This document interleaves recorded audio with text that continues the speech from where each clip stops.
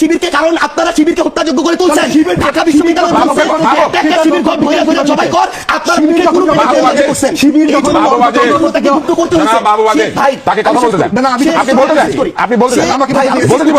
এনসিপির দলীয় অবস্থান, এনসিপির মনে হয়েছে নির্বাচনী জোটে তার যাওয়া প্রয়োজন।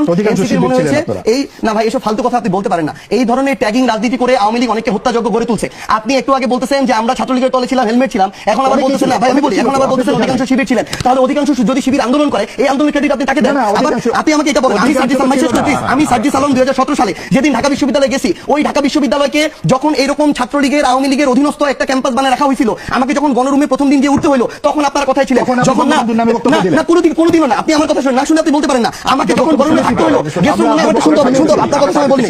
আমাকে যখন গণরুমে রাখছে, গেস্ট রুমে রাখছে, আমাকে যখন অত্যাচার করলো, নির্যাতন করলো, না শেষ করতে হবে ভাই। আপনি যখন পড়ছেন তখন এটা ছিল কিনা আমি যখন পড়ছি আমারটা বলতেছি। আমাকে যখন গেস্ট রুমে রাখা হইলো, প্রোগ্রাম করানো হইলো, আমাকে যখন একজন আওয়ামী লীগের মন্ত্রীকে সালাম দেওয়ার জন্য ঘন্টার পর ঘন্টা মধুর ক্যান্টিনে দাঁড় করে রাখা হইলো, তখন আপনার এই সিভিল সোসাইটি কোথায় ছিল? যখন ঢাকা বিশ্ববিদ্যালয়ের শিক্ষকরা এক একটা দালালের ভূমিকা অবতীর্ণ হইলো, যখন আমাকে ওই ক্যাম্পাসে ওই নেতাদেরকে সালাম দিয়ে মাথা নোয়া নোয়া চলতে হয়েছে 3 বছর, তখন আপনার এই সিভিল সোসাইটি আপনার কোথায় ছিলেন? আমাকে এটাতে বাধ্য হইতে হয়েছে।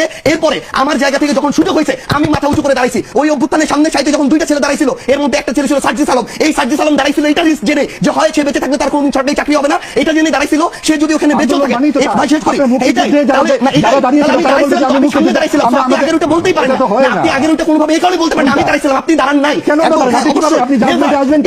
আমি ওই শেষ করি কথা বলতে চাই, আমি শেষ করি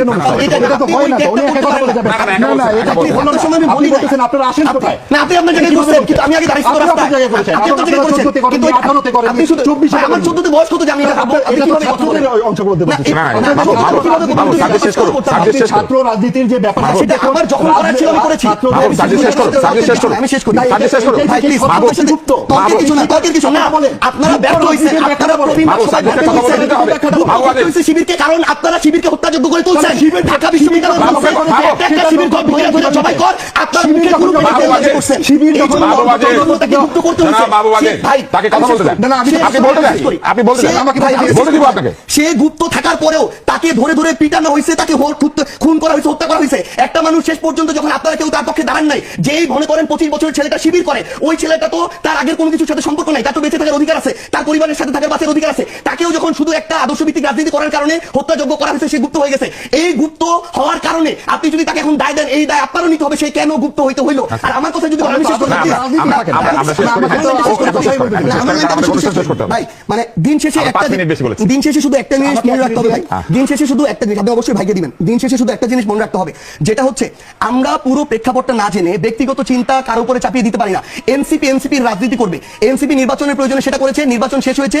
এখন এনসিপির যেটা বাংলাদেশের স্বার্থে, জনগণের স্বার্থে, দলকে সামনের দিকে এগিয়ে নিয়ে যাওয়ার জন্য যেটা যৌক্তিক মনে হবে, এনসিপি তার জায়গা থেকে ওইটা করবে। এবং আমরা শুধু এইটুকু স্পষ্ট করে বলি, আমরা এখন এটা মনে করি যে মুক্তিযুদ্ধই আমাদের ভিত্তি এবং 24 হচ্ছে আমাদের নতুন করে আমাদের একটা পুনর্জন্ম।